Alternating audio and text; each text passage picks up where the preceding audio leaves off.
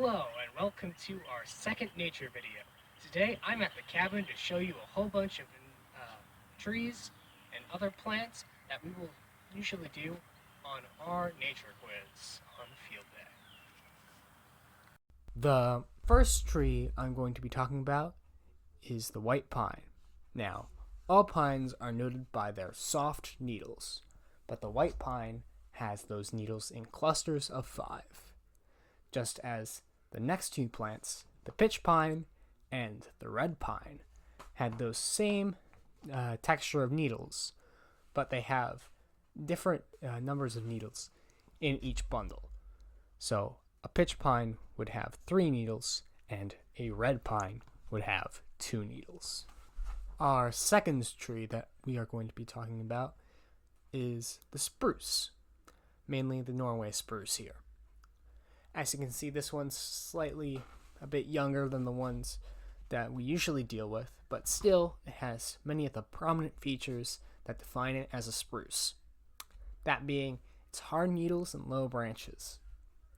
As you can see here, it does have the hard needles that I mentioned in my previous nature video. This definitely is a giveaway sign that it is most likely a spruce. But what really defines it is the fact that the branches are quite low to the ground and that they are pretty flat compared to the bowing shape of a fir. And we know it is a Norway spruce compared to a blue spruce because of its coloration being green instead of blue. Our next plant here is going to be the fir tree. We can tell that it's a fir by its semi-hard needles. In comparison to the spruce, they're a bit softer, but they're definitely harder in comparison to the pine. But the real dead giveaway is the upturned branches that look like bows, which can be remembered with this jargon that I just made up, that bows can hunt to get furs. Our next tree that we're going to be talking about is the cedar tree.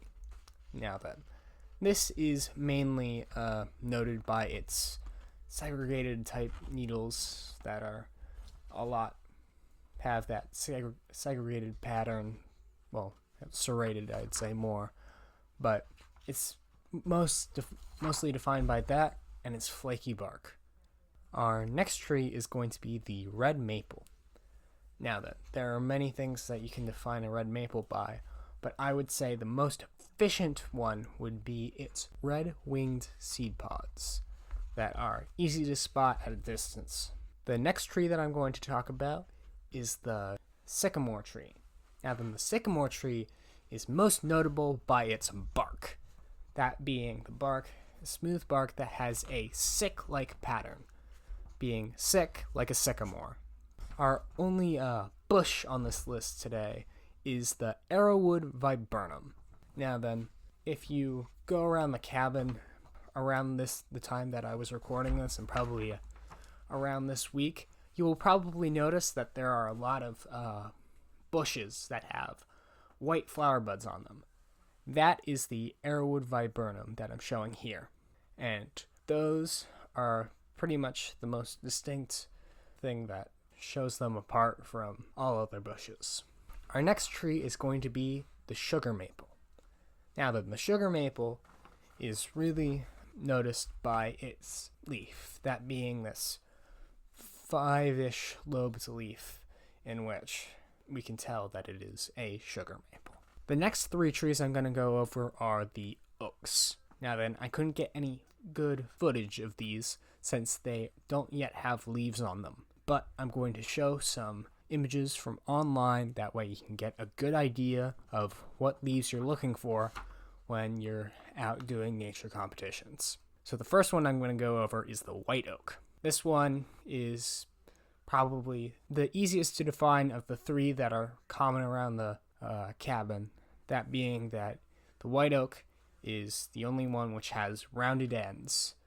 The next oak that I want to point out would be the red oak. The red oak is one of 2 pointed oaks that we have common around the cabin. It has obviously pointed leaves, since I noted that before, but its points will be somewhat set into the leaf and not set apart from the leaf, which would be the defining factor between a red oak, which I'm showing now, and the pin oak, which I will show next. As I said before, the pin oak is also a pointed oak, but its points are more prominent and set apart from the leaf, as it has pins coming out